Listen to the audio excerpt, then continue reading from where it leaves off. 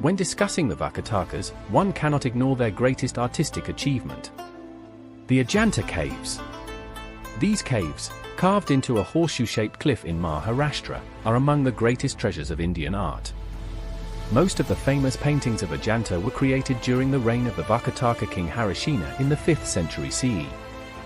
Harishena was a powerful ruler whose kingdom extended from the Arabian Sea to parts of central India. Under his patronage, artists, monks, and craftsmen transformed Ajanta into a center of Buddhist learning and art. The murals depict scenes from the Buddha's previous lives, royal courts, merchants, dancers, and ordinary people. What makes these paintings extraordinary is their realism. The emotions on faces, the intricate jewelry, the flowing garments, and the sophisticated use of color and shading.